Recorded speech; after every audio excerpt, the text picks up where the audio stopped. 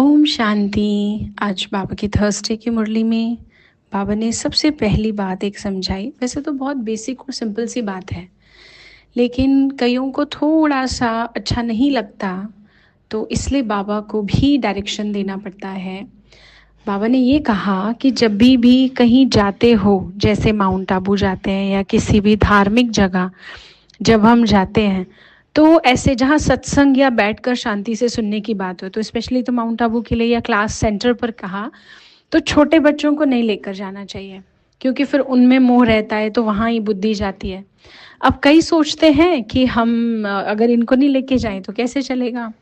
तो आज यहाँ क्लास में ही किसी से बात हुई, तो उन्होंने बहुत अच्छा सजेशन दिया कि ऐसे तो जब हम घर में कोई हॉस्पिटलाइज हो या कोर्ट की डेट हो और जाना हो, घर में दो ही जने रहते हो, तो कुछ ना कुछ करते हैं ना मैनेज। या तो रिलेटिव के पास छोड़ते हैं, या नाना नानी के पास छोड़ा जाता है बच्चों को, दादा दादी के पास छोड़ा जाता है। यहाँ बात हो रही है जो बहुत छोटे बच्चे हैं, मतलब जिनको संभाल नहीं सकते, जो चंचलता करते हैं।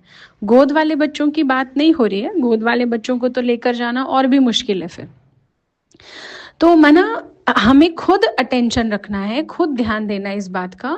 बाबा ने कहा है मुरली में आगे कि भले बच्चों को संभालो ढंग से, मतलब घर में उनकी परवरिश और बाकी सारी चीज़ें ध्यान रखना, वो सब अच्छे से करो, लेकिन जब अपने लिए टाइम निकाला है, अपने पुरुषार्थ के लिए, तो उसमें ये बात हमारे लिए डिस्टर्बेंस ना बन जाए कि हम बच्चों को लेकर गए और हम ना कुछ सुन पाए, ना हम कुछ फील कर पाए, हम उसी में लगे रह गए। और यही एक वजह भी है कि जब हम बहुत ऐसे छोटे बच्चों को लेकर जाते हैं, तो आप देखेंगे कभी भी घर या बाहर एक जैसा ही लगता है। और कई बार हमने परेशान होते हुए देखा है उनको, कई बार पति पत्नी में झगड़ा होते हुए देखा है धार्मिक जगहों पर भी, कि मैं ही संभालूं क्या। तो ऐसा फ्यूचर को भी सारा देखते हुए बाबा हमें ये छोटी सी डायरेक्शन देते हैं।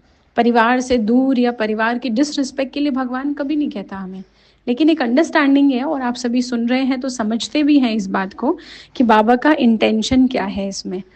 दूसरा, आज बाबा ने कहा कि अभी ये जो टाइम है, इसमें कई आत्माएं अपने ही अकल्याण के निमित्त बनी हुई हैं, मतलब अपना ही बुरा खुद कर रही हैं। जैसे हंसी में एक एग्जाम्पल दुनिया में दिया जाता है शेख चिल्ली का, कि पेड़ की जिस डाल पर बैठा था वो व्यक्ति उसी को काट रहा था, जिस ब्रांच पर बैठा था।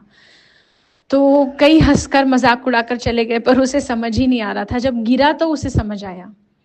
तो बिल्कुल ऐसे ही है कि कई आजकल की आत्माएं ना बुद्धि से, मतलब डिसीजन पावर या